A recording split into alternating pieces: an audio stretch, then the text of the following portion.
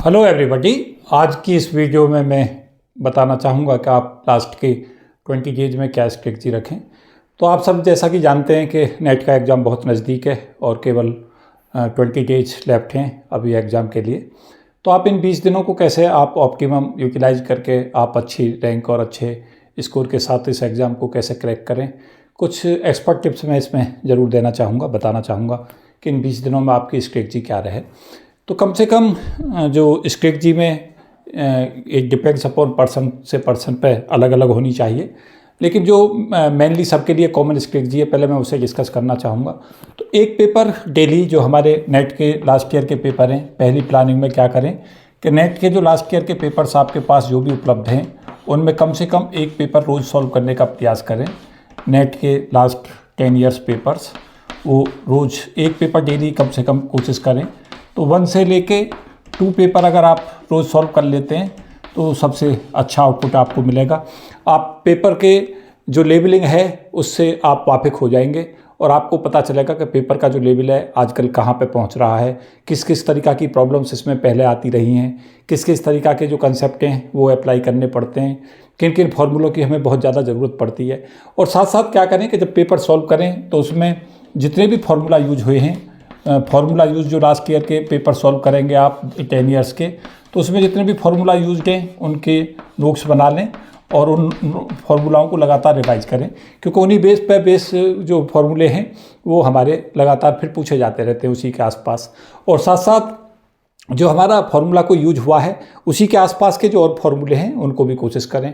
तो जो हमारी, मैं पहले से भी स्ट्रेटजी में बता रहा हूँ कि जो हमारे फार्मूला हैं बुक्स के बाकी के, उन फार्मूलाओं पे लगातार काम करें, फार्मूलाओं को लगातार रिवाइज करते रहें। लगातार ये 20 दिन जो हमारे बचे हैं इनमें ज़्यादा से ज़्यादा कोशिश करें कि सारे फार्मूला टिप्स पे आ जाएं। तो सभी फार्मूलाओं पर टिप्स पे लाने की कोशिश करें। ख़ास तौर से जो 5 बुक हैं इन पे ज़्यादा फोकस करके चलें, इनको ज़्यादा वेटेज दे के चलना है हमें। सबसे ज़्यादा वेटेज जो है हमारी क्वांटम मैकेनिक्स की बुक, इसको ज़्यादा वेटेज करें, इसको पूरा रिवाइज करें। इसमें भी मैंने बता रखा है कि स्ट्रेटजी में कौन कौन से टॉपिक्स हमारे बहुत ही ज़्यादा यूजफुल हैं, उनको ज़्यादा, जैसे क्वांटम मैकेनिक्स में स्कैटरिंग को बहुत अच्छे से रिवाइज करें। WKB अप्रॉक्सीमेशन का एक विशेष फार्मूला मैंने लगातार डिस्कस किया है, उस पर क्वेश्चंस आते हैं, उसको बहुत अच्छे से करें। वेरिएशन प्रिंसिपल अगेन एक इम्पॉर्टेंट टॉपिक है। पर्टर्बेशंस बहुत ही इंपॉर्टेंट टॉपिक है, उसके सारे फार्मूले रिवाइज कर लें और उस पर जो अप्लाइड क्वेश्चंस है उन्हें कर लें। तो ये 4-5 टॉपिक हैं। वेव फंक्शंस की अप्लाइड प्रॉब्लम्स लगातार आती रहती हैं, तो वेव फंक्शन साई पे जितनी भी अप्लाइड प्रॉब्लम्स हैं उनको सबको रिवाइज कर लें, डीजनरेसी को रिवाइज कर लें। तो क्वांटम मैकेनिक्स का जो है इसको बहुत अच्छे से रिवाइज करें।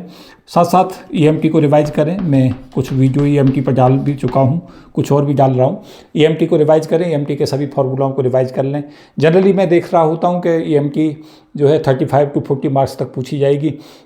उसमें भी इलेक्ट्रोस्टैटिक, मैग्नेटोस्टैटिक में इलेक्ट्रोस्टैटिक ज़्यादा पूछी जाती है, मैग्नेटो थोड़ी कम पूछी जाती है और प्योर EMT थोड़ी ज़्यादा आती है। तो इसकी जो EMT की है उसे पूरा रिवाइज कर लें, जे ग्रिफिथ के रेफरेंस को, और मोस्ट इंपॉर्टेंट जो फार्मूले हैं सबको लिख के और बार बार रिवाइज कर लें। साथ साथ क्लासिकल मैकेनिक्स को भी एक प्रीफरेंस में रखें, ये भी महत्वपूर्ण बुक है, इसके फार्मूले सभी रिवाइज कर लें।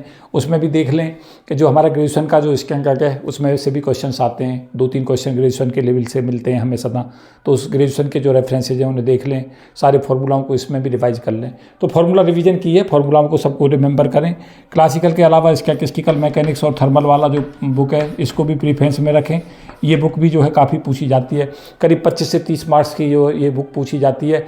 और सबसे बड़ी बात है कि अगर आपने स्टैटिस्टिकल के जो टॉपिक्स हैं उनको अच्छे से कवर किया है तो बहुत टफ प्रॉब्लम्स नहीं आती हैं, तो इसे भी जल्दी से तेज़ी के साथ रिवाइज कर लें। स्टैटिस्टिकल अगेन एक इम्पॉर्टेंट बुक रहेगी। और मैथमेटिकल को ज़रूर पढ़ के जाएँ यहाँ से, मैथमेटिकल क्योंकि करीब 35 से 40 मार्क्स की मैथमेटिकल फिजिक्स पूछी जाती है, तो इनको बहुत प्रीफरेंस में रखें। कम से कम 2 से लेकर 3 दिन तक मैं इन्हें कोशिश करें सब रिवाइज करने की, सारे फार्मूले रिवाइज कर लें और उन फार्मूलाओं को लगातार डे टू डे रिवाइज करते रहें। कम से कम आपका 4 से 5 घंटे जो है वो रिवीजन में चलना चाहिए फार्मूलों पे। जो आप ना करें वो मैं बता दूं कि आपको क्या नहीं करना है, ये भी बहुत क्लियर कट रखें। कुछ भी एक्स्ट्रा ना पढ़ें, अब कुछ भी नया ना पढ़ने की कोशिश करें, कुछ भी न्यू ना पढ़ें, कुछ भी एक्स्ट्रा ना पढ़ें, कुछ भी न्यू ना पढ़ें। इन 2 चीज़ों पर ध्यान रखें कि ना तो हमें नया पढ़ना है, ना ही हमें कुछ अलग से एक्स्ट्रा में कुछ पढ़ना है। जो टॉपिक्स हमने पढ़ लिए उन्हीं को पढ़ लें। जैसे डब्ल्यू के भी अप्रोक्सीमेशन है, आपने तैयार नहीं किया तो एक ही फार्मूला, उसमें लास्ट में भी अगर आप देख के जाएंगे, पेपर वाले दिन भी देख के जाएंगे, तो भी आप उस फार्मूले पे क्वेश्चन सॉल्व कर लेंगे। तो वो एक स्पेसिफिक फार्मूला है जो जैसे हम देखेंगे। तो कुछ बुक्स ऐसी हैं कि जिनके जो फार्मूला ही उसमें 1 या 2 होते हैं और उन्हीं पे क्वेश्चन आते रहते हैं। तो इस पर थोड़ा सा काम करें, तो नया पढ़ने का प्रयास ना करें। ख़ास तौर से जो हमारी 4 बुक्स हैं ये वाली, इसमें सेलेक्टेड पढ़ें। ख़ासतौर से जो हमारी सेलेक्टेड बुक हैं उसमें इलेक्ट्रॉनिक्स में केवल अगर 2-3 टॉपिक भी आप कर जाएंगे तो भी आपको क्वेश्चन मिल जाएगा। इलेक्ट्रॉनिक्स में आप केवल डिजिटल को पढ़ जाएं, डिजिटल को अच्छे से कर जाएं, 1 से 2 क्वेश्चन डिजिटल के आ जाते हैं, OPMP को कर जाएं। और बाकी में सभी में किरचॉफ के करंट लॉ और वोल्टेज लॉ को अप्लाई करना सीख लें सारे सर्किटों में। तो यहाँ से ही क्वेश्चन आपको मिल जाएंगे, करीब 10 नंबर की 15 नंबर की इलेक्ट्रॉनिक्स इसी पोर्शन से आपको मिल जाएगी। तो बहुत ज़्यादा आपको कवर करने की ज़रूरत भी नहीं है, जल्दी से कवर हो जाएगी। उसके साथ साथ अगर आप न्यूक्लियर फिजिक्स को तैयार करना चाहते हैं तो न्यूक्लियर फिजिक्स को, क्योंकि इसको तैयार भी करना, क्योंकि 15 मार्क्स की आएगी, 3 क्वेश्चन कम से कम आएंगे, और कई बार तो इसमें से 20 मार्क्स की भी आए, 4-4 क्वेश्चन तक भी मैंने न्यूक्लियर फिजिक्स में देखे।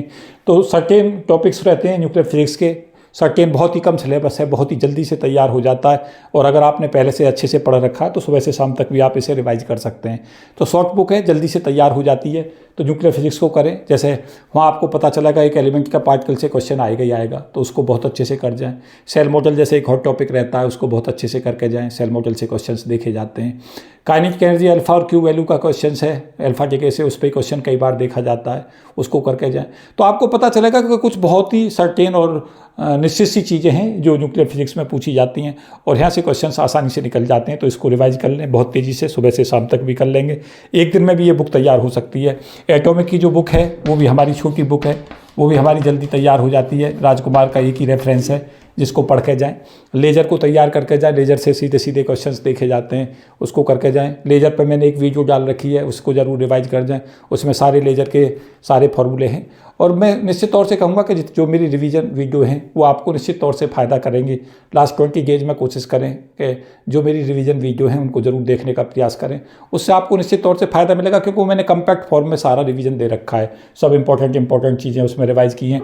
तो राजकुमार की बुक को एटॉमिक में देख लें, इसमें भी आपको पता चलेगा 6-7 ही टॉपिक हैं जहाँ से क्वेश्चन लगातार पूछा जाता है। जैसे जीमान इफेक्ट सबसे इंपॉर्टेंट है, उस पर क्वेश्चन आता है, तो जीमान इफेक्ट को पूरे को अच्छे से रिवाइज करके जाएं।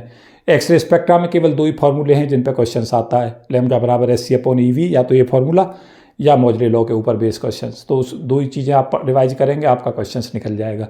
उसके अलावा LS और JJ कपलिंग इंपॉर्टेंट टॉपिक है, उसको बहुत अच्छे से कर जाएँ। स्पेक्ट्रा से क्वेश्चंस आ जाता है, वाइब्रेशन रोटेशनल या साथ साथ रोटेशनल स्पेक्ट्रा से, ये भी इंपॉर्टेंट टॉपिक हैं। सिलेक्शन रूल्स को रिवाइज कर लें, तो ये भी बहुत जल्दी से रिवाइज हो जाती है, बहुत ज़्यादा समय इसमें नहीं लगता है। जो इम्पोर्टेंट फार्मूले उन्हें कर लें, ये भी ऐसी बुक है जो 1 से 1.5 दिन में आराम से इसे रिवाइज कर सकते हैं, तो इसे कर लें। उसके साथ साथ जो हमारी एक बहुत ही महत्वपूर्ण बुक मैं जिसे कहूँगा वो सॉलिड स्टेट है, जो कि बहुत छोटी सी बुक है, बहुत जल्दी से तैयार हो जाती है। इसमें भी सॉलिड और सर्टेन टॉपिक्स हैं जहाँ से क्वेश्चंस रेगुलर पूछा जाता है, उन्हें बहुत अच्छे से तैयार कर लें। और जो भी तुम्हारी किताबें हैं, खासतौर से इलेक्ट्रॉनिक्स, न्यूक्लियर, एटॉमिक और सॉलिड, और 5 बुक हमारी देखो ये बनती हैं, quantum, EMT, classical, statistical method, यहाँ से पेपर ज़्यादा आएगा, तो इसके रिवीजन में भी ज़्यादा समय लगाएं और ज़्यादा कोशिश करें कि ये पूरी बुक जो 5 की 5 रिवाइज हो। बहुत सारे बच्चे तो ऐसे भी होते हैं कि ये 4 बुक छोड़ जाते हैं, इलेक्ट्रॉनिक्स, न्यूक्लियर, एटॉमिक और सॉलिड, और केवल इन 5 बुकों को अच्छे से तैयार करके जाते हैं, और इन्हीं में से वो आराम से JRF क्वालिफाई कर जाते हैं। तो ये की हैं 5 बुक, खासतौर से quantum, EMT, classical, statistical, mathematical, इनको बहुत ज़्यादा अच्छे से पढ़ के रिवाइज करके जाएँ। यहाँ से आपको पेपर बहुत ज़्यादा मिलेगा, क्योंकि आप देखेंगे 35 से 40 नंबर की क्वांटम मिलेगी, 35 से 40 की मैथमेटिकल मिलेगी, 35 से 40 मार्क्स की EMT मिलेगी, और 30 और 25-30 तक ये बुक मिलेंगी क्लासिकल, स्टैटिस्टिकल। तो क्लासिकल, स्टैटिस्टिकल में थोड़ा सिलेबस छोटा है, बहुत जल्दी रिवाइज हो जाएंगी, इनमें थोड़ा सा समय लगेगा।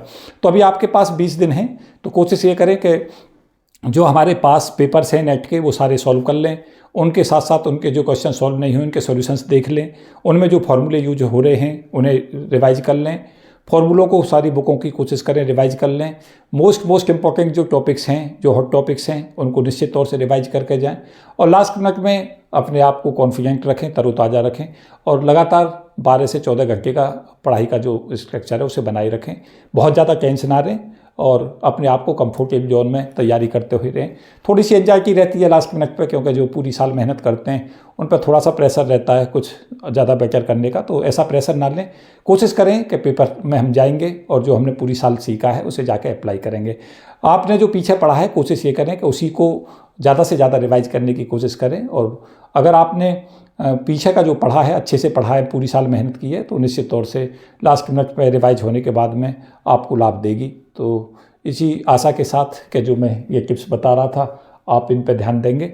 और 2 चीज़ें जो आपको निश्चित तौर से करनी है वो मैं आपको क्लियर कट बोले दे रहा हूँ इस वीडियो में, कि पीछे के जो पेपर्स हैं 10 ईयर्स के वो ज़रूर सॉल्व करने। अगर आप पहले भी कर चुके हैं तो उन्हें एक बार लास्ट मिनट में फिर से सॉल्व करके देखें। और क्वेश्चंस को ये ना देखें कि केवल सॉल्व हो गया और आपने सोचा कि ऐसे ऐसे हम इसमें फॉर्मूला लगाएंगे सॉल्व कर देंगे, ऐसे ना करें। बल्कि क्या करें, क्वेश्चन को शुरू से हैंडल करें और लास्ट तक उसका जब तक आंसर ना जाए तब तक उसे सॉल्व करें। उसके साथ साथ कोशिश करें कि ड्यूरेशंस जो आप 3 घंटे में पेपर को पूरे को सॉल्व करें घर, ऐसी कोशिश ना करें कि उसे 5 घंटे में सॉल्व कर रहे हैं 3 घंटे के पेपर को, वो भी अच्छी प्लानिंग नहीं है। कोशिश करें कि लिमिट में, और कोशिश करें कि टिप्स जो हैं वो बना लें, शॉर्ट ट्रिक्स बना लें क्वेश्चंस की, और फॉर्मूलों का जो रिवीजन है उसको करें। 5 बुकों पे ज़्यादा फोकस करें, ये मैं लगातार बता रहा हूँ। 4 बुकों में केवल जो हमारे बहुत ही ज़्यादा इंपॉर्टेंट टॉपिक्स हैं, अगर आप उनको ही पढ़ के जाएंगे, उनको ही रिवाइज करके जाएंगे, तब भी आप अच्छी रैंक के साथ में इसे क्वालिफाई कर जाएंगे।